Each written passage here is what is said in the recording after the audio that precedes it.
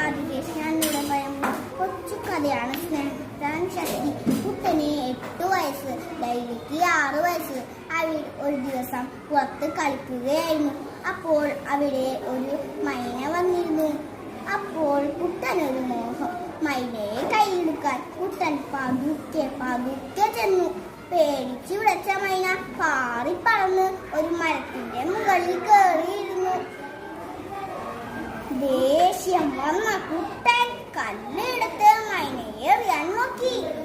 അപ്പോൾ ലൈല പറഞ്ഞു, വേണ്ട ചേട്ടാ, ആ മൈന പാവമല്ലേ, പറഞ്ഞിട്ടില്ലേ ഇങ്ങനെ പോലും കരുതുന്നു. അപ്പോൾ കുട്ടൻ കല്ല് താഴെ ഇട്ടു. മൈനയ്ക്ക് അത് മനസ്സിലായ പോലെ മൈന ഒരു പാട്ട് പാടി.